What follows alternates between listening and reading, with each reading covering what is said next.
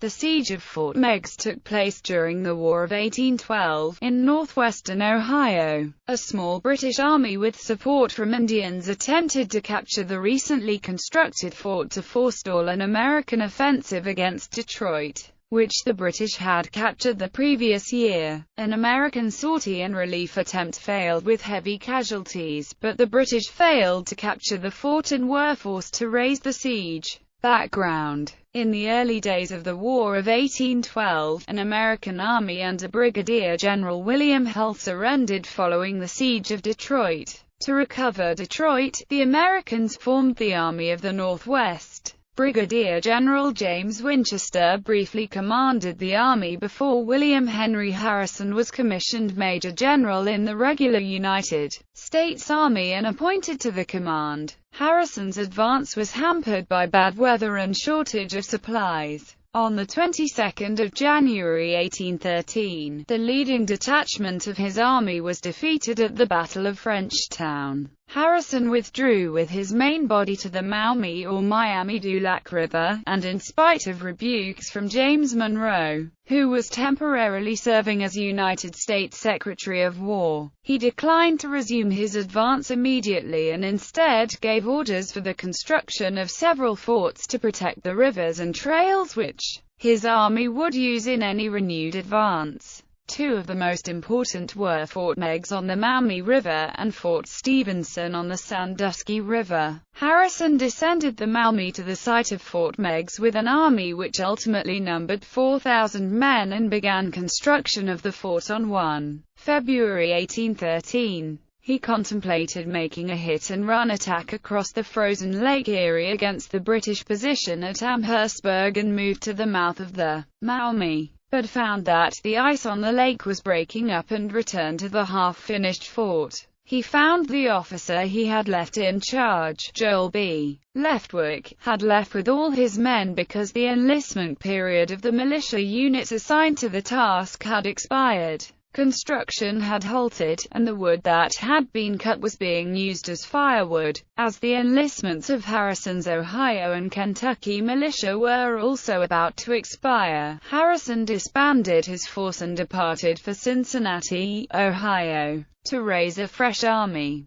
He left engineer Major Elizur D. Wood to complete the construction of the fort. The garrison consisted of several hundred men from the 17th and 19th U.S. Infantry, who were inadequately clothed, plus militia from Pennsylvania and Virginia whose own enlistments were soon to expire. The fort was on the south bank of the Maumee, near the Miami Rapids. Across the river were the ruins of the old British Fort Miami and the site of the 1794 Battle of Fallen Timbers. Fort Meigs occupied an area of 8 acres, the largest constructed in North America to that date. The perimeter consisted of a 15-foot picket fence, linking 8 block houses. The north face was protected by the Maumee, and the east and west faces by ravines. The south face was cleared of all timber to create an open glacis. The poor weather of early spring prevented a British attack while the fort was still vulnerable. The British commander on the Detroit frontier, Major General Henry Proctor, had been urged to attack Presque Isle, where the Americans were constructing a flotilla intended to seize control of Lake Erie.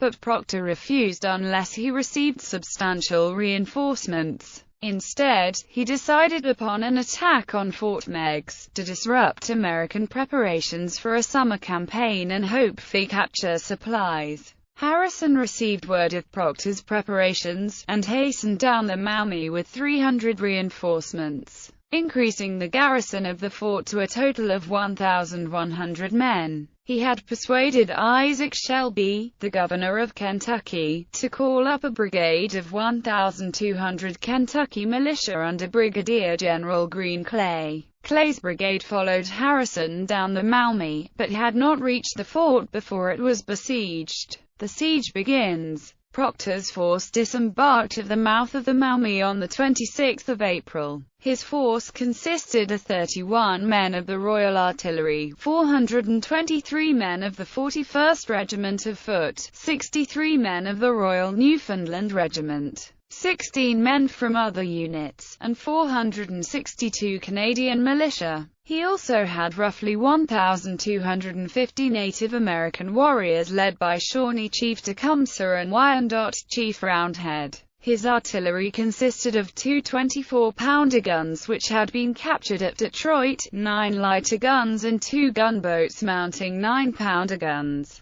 It took several days for the British force to move up the Maumee and set up batteries. Most of these were on the north side of the river, but one was set up on the south side. Most of the natives also were on the south side of the river, loosely investing the fort. As the British established their batteries, Harrison ordered traverses, embankments 12 feet high, to be hastily thrown up within the fort.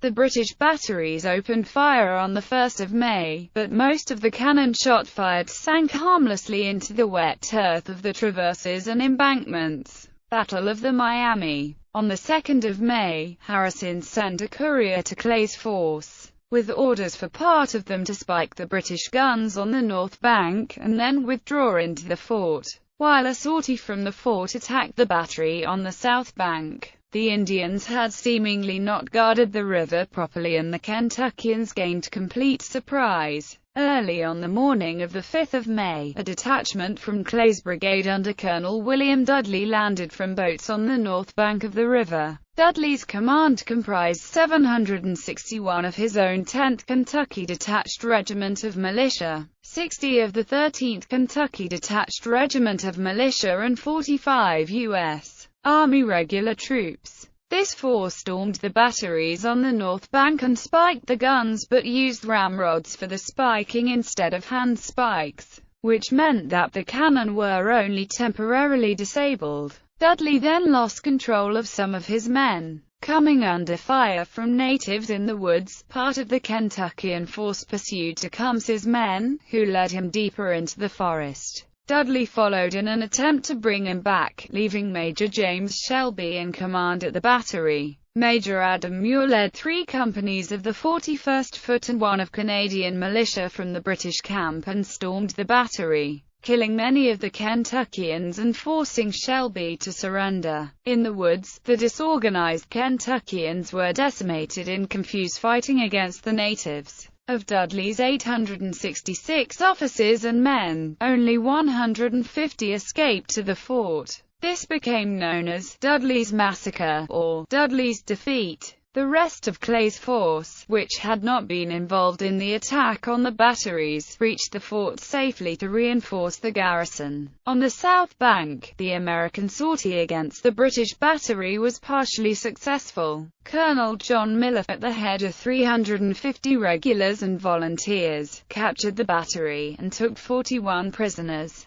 However, Captain Richard Bullock, with the flank companies of the 141st of the Stonefoot, 2 companies of militia and 300 Indians, counterattacked and, in hard fighting, drove Miller's detachment back into the fort with heavy casualties. Aftermath. After the battle, the prisoners from Dudley's command were taken for confinement to the ruined Fort Miami near the British camp. Here, some of the native warriors began massacring the prisoners and several Americans were killed before Tecumseh. Lieutenant Colonel Matthew Elliott and Captain Thomas McKee of the Indian Department persuaded the warriors to stop. Tecumseh is reputed to have asked Proctor why he had not stopped the massacre, and when Proctor replied that the Indians could not be made to obey, replied, "Begone, you are unfit to command. Go and put on petticoats." Another version of the incident had Tecumseh rebuking Proctor with, "I conquer to save, you to kill." Eyewitness accounts stated that between 12 and 14 prisoners were killed in the massacre. The Battle of the 5th of May was known to the British as the Battle of the Miami, having taken place beside the Miami-Dulac River. The 41st Regiment were awarded the Battle Honor, Miami, in commemoration of their victory. 5 active regular battalions of the United States Army perpetuate the lineage of the old 17th, 19th and 24th Infantry Regiments,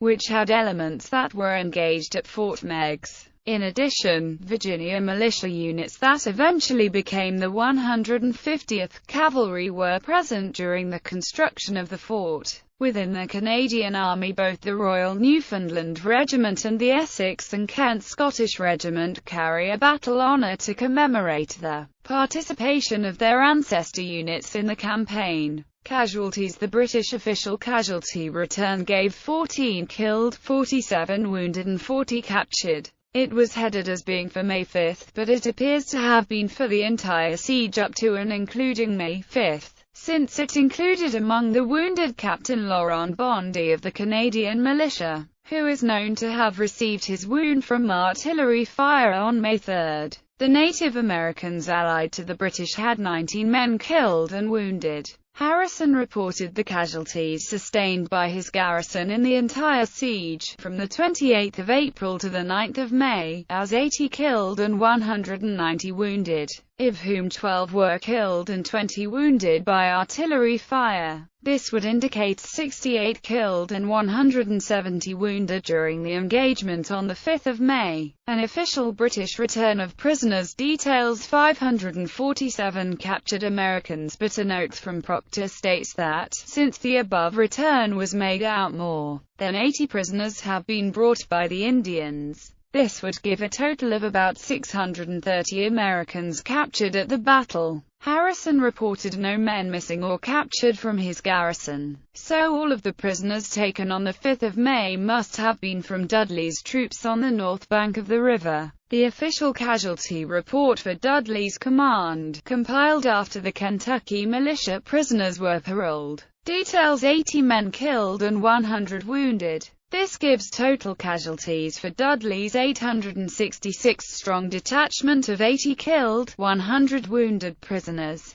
530 unwounded prisoners and 6 missing, and an overall American loss on May 5 of 148 killed, 170 wounded, 100 wounded prisoners, 530 unwounded prisoners and 6 missing. End of the siege. On the 7th of May, terms were arranged providing for the mutual exchange of all regular prisoners and the parole of the Kentucky militia prisoners, who were convoyed to Sandusky under pledge of performing no further military service until formally exchanged for British prisoners. On the same day, Proctor's artillery resumed fire, but most of the natives had abandoned the army and the Canadian militia were anxious to get back to their farms. The renewed bombardment had little effect, and the garrison of the fort now outnumbered the besiegers. Proctor abandoned the siege on the 9th of May. The total American loss in the siege came to 160 killed, 190 wounded, 100 wounded prisoners, 530 other prisoners and 6 missing. 986 in all. John Sugden says that 14 killed, 47 wounded and 41 captured were Proctor's entire casualties for the siege, which indicates that one man was captured after the 5th of May. Order of battle. Second siege. Once the British had departed, Harrison left Clay in command of the fort with about 100 militiamen. Tecumseh urged Proctor to make a renewed effort to capture the fort in July. Tecumseh's warriors staged a mock battle in the woods to make it appear as if they were attacking a column of American reinforcements to lure Clay out of the fort. However, Clay knew no reinforcements were coming, and the ruse failed. Proctor quickly abandoned the second siege.